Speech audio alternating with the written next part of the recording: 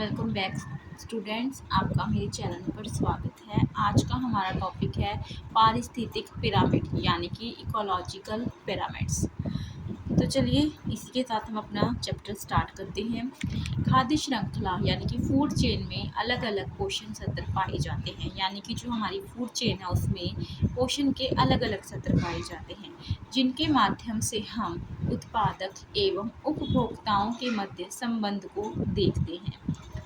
देखिए एग्जाम्पल, घास को किसने खाया? खरगोश ने। खरगोश को किसने खाया? भेड़िए ने। और भेड़िए को किसने खाया? शेर ने। यहाँ पर जो घास है वो उत्पादक है और उसमें ही प्रथम पोषण है, यानी कि यह प्रथम पोषण सत्र है। फिर आता है खरगोश, जो कि प्राथमिक उपभोक्ता है, जो कि घास को खाएगा। ये है हमारा द्वितीयक पोषण सत्र। फिर इस खरगोश को भेड़िया खाएगा। भेड़िया जो है द्वितीयक उपभोक्ता। यहाँ पर तृतीयक यानी कि तीसरा पोषण सत्र देखने को मिल रहा है। और जो शेर है वो भी है तृतीयक उपभोक्ता, जहाँ पे हमें चतुर्थ पोषण सत्र मिल रहा है। यहाँ पर क्या होता है कि अगर ये प्राथमिक उपभोक्ता होगा तो यहाँ पर द्वितीयक पोषण सत्र होगा, यानी कि उपभोक्ता के आगे का वो पोषण सत्र होगा। ध्यान से देखिए, यहाँ पर द्वितीयक उपभोक्ता है तो यहाँ पर तृतीयक पोषण सत्र है, और यहाँ पर तृतीयक उपभोक्ता है तो यहाँ पर चौथा पोषण सत्र है। इन्हीं पोषण सत्रों का आलेख निरूपण का मतलब होता है चित्र की आकृति में ढालना, यानी कि डायग्राम बनाना। तो जो ये पोषण सत्र हैं अलग अलग, इनको एक डायग्राम में ढालने को ही हम पिरामिड कहते हैं। तो आइए जानते हैं कुछ पिरामिड्स के बारे में। तो जानते हैं अब हम इकोलॉजिकल पिरामिड के बारे में। प्रत्येक पारिस्थितिक तंत्र में उत्पादकों एवं उपभोक्ताओं, चाहे वो प्रथम हो, द्वितीयक हो या सर्वोच्च हो, की संख्या, जीव भार जिसे हम बायोमास कहते हैं, तथा संचित ऊर्जा और एनर्जी में पारस्परिक संबंध होता है।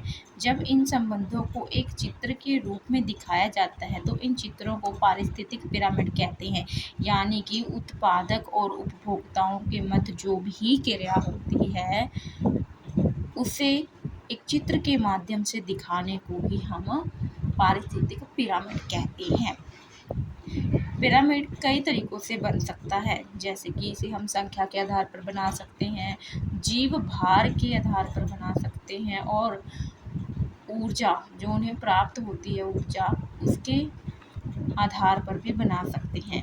सबसे पहले पिरामिड का विचार है जो चार्ल्स एल्टन ने 1927 में दिया था। आइए अब हम जानते हैं पारिस्थितिक पिरामिड के प्रकार, यानी कि टाइप्स ऑफ इकोलॉजिकल पिरामिड्स।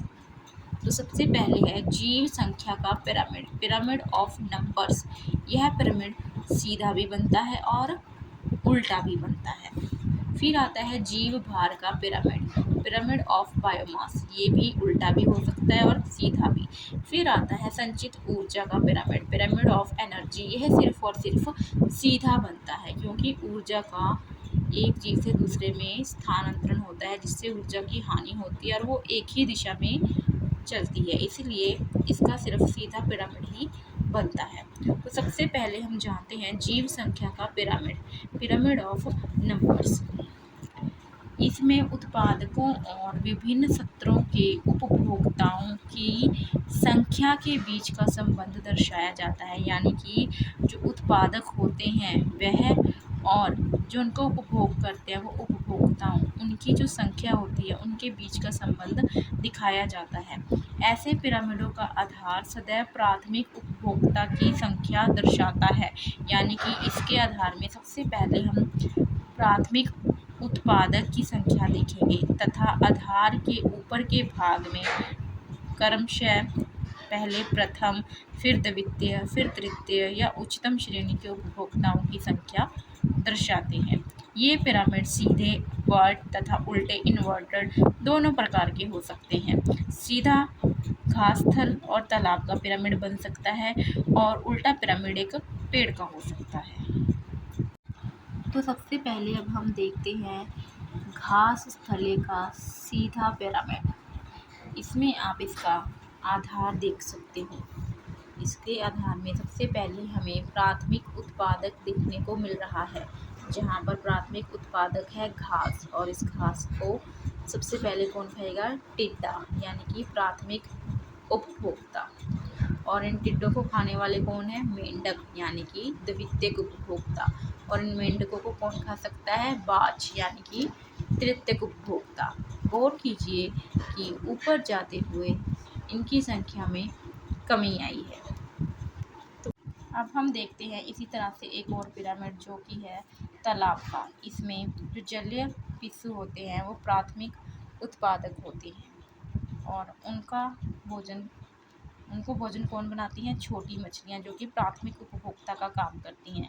और वहीं पे बड़ी मछलियाँ होती हैं जो द्वितीयक उपभोक्ता का काम करती हैं, और इनकी संख्या में कमी होती है। और उससे भी कम संख्या में होते हैं बुगले, जो तृतीयक उपभोक्ता का काम करती हैं। ऐसे ही इनकी संख्या ऊपर जाते जाते कम होती है। तो ये थे जीव संख्या के सीधे पिरामिड। अब हम जानते हैं जीव संख्या के उल्टे पिरामिड के बारे में। जी दोस्तों, तो ये है जीव संख्या का उल्टा पिरामिड, जिसका आधार है एक पेड़ जो कि प्राथमिक उत्पादक है। यहाँ इस पेड़ पर बहुत सारे जो जीव जंतु हैं वह रहते हैं, जो कि प्राथमिक उपभोक्ता का कार्य करते हैं, जैसे बाज, तोता और बंदर। और फिर इनके ऊपर भी कई तरह की हमें जीव देखने को मिलते हैं, जैसे बंदरों के ऊपर जुएं चढ़ी होती हैं, खटमल होते हैं। तो ये जो हैं द्वितीयक उपभोक्ता का काम करते हैं। तो यहाँ पर हम देखते हैं कि उल्टे पिरामिड में जीवों की संख्या में वृद्धि होती है। अब हम देखते हैं इसी तरह से एक और पिरामिड जो कि है तालाब का। इसमें जो जलीय पिस्सू होते हैं वो प्राथमिक उत्पादक होते हैं, और उनको भोजन कौन बनाती हैं? छोटी मछलियाँ, जो कि प्राथमिक उपभोक्ता का काम करती हैं। और वहीं पे बड़ी मछलियाँ होती हैं जो द्वितीयक उपभोक्ता का काम करती हैं, और इनकी संख्या में कमी होती है। और उससे भी कम संख्या में होते हैं बुगले, जो तृतीयक उपभोक्ता का काम करते हैं। ऐसे ही इनकी संख्या ऊपर जाते जाते कम होती है। तो ये थे जीव संख्या के सीधे पिरामिड। अब हम जानते हैं जीव संख्या के उल्टे पिरामिड के बारे में। जी दोस्तों, तो ये है जीव संख्या का उल्टा पिरामिड, जिसका आधार है एक पेड़ जो कि प्राथमिक उत्पादक है। यहाँ इस पेड़ पर बहुत सारे जो जीव जंतु हैं वह रहते हैं, जो कि प्राथमिक उपभोक्ता का कार्य करते हैं, जैसे बाज, तोता और बंदर। और फिर इनके ऊपर भी कई तरह की हमें जीव देखने को मिलते हैं, जैसे बंदरों के ऊपर जुएं चढ़ी होती हैं, खटमल होते हैं। तो ये जो हैं द्वितीयक उपभोक्ता का काम करते हैं। तो यहाँ पर हम देखते हैं कि उल्टे पिरामिड में जीवों की संख्या में वृद्धि होती है। तो दोस्तों, इसी के साथ हमारा ये वाला पार्ट कंप्लीट होता है। बाकी के पिरामिड की बात हम हमारी नेक्स्ट वीडियो में करेंगे। I hope you like this video. Thank you.